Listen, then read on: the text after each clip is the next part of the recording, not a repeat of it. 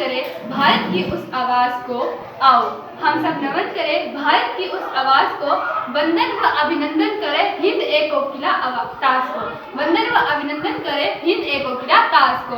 भारत माँ ने अपनी कोख से एक कवित्री को जन्म दिया, भारत माँ ने अपनी कोख से एक कवित्री को जन्म दिया, नाम सरोजिनी नायडू देकर देश का ऊंचा नाम किया, नाम सरोजिनी नायडू देकर देश का ऊंचा नाम किया।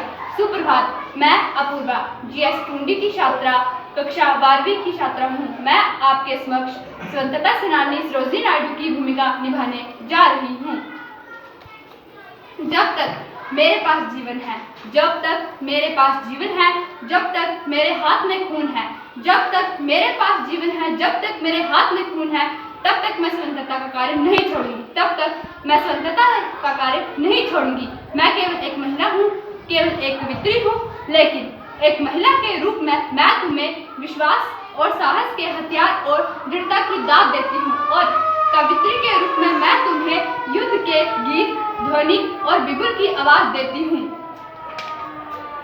मैंने विद्वानों के परिवार में जन्म लिया, मैंने विद्वानों के परिवार में जन्म लिया। मैंने 12 साल की उम्र में एक प्रभावशाली नाटक लिखा, मैंने 12 साल की उम्र में एक प्रभावशाली नाटक लिखा।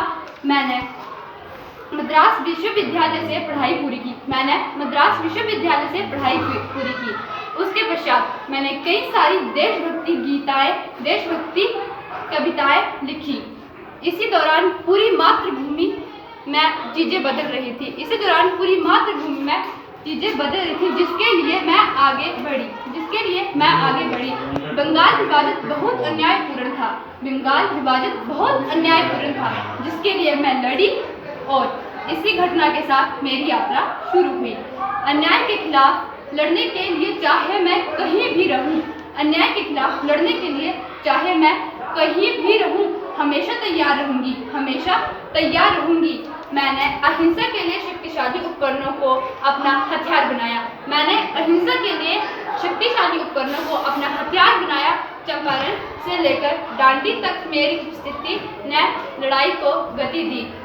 मैं किसान के हित के लिए भी लड़ी, मैं किसान के हित के लिए भी लड़ी। जब तक गांधी जी और नेहरू जी को उनके नमक सत्याग्रह के लिए जेल में डाल दिया गया, जब तक गांधी जी और नेहरू जी को उनके नमक सत्याग्रह के लिए जेल में डाल दिया गया, परंतु अंग्रेजों ने हमारा आखिरी पहलू नहीं देखा, क्योंकि आगे की लड़ाई हम महिलाएं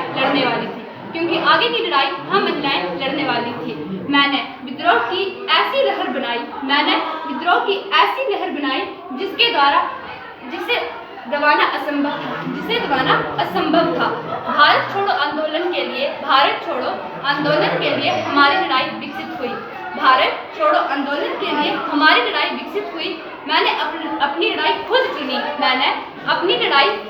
चुनी, मैंने लोगों को एक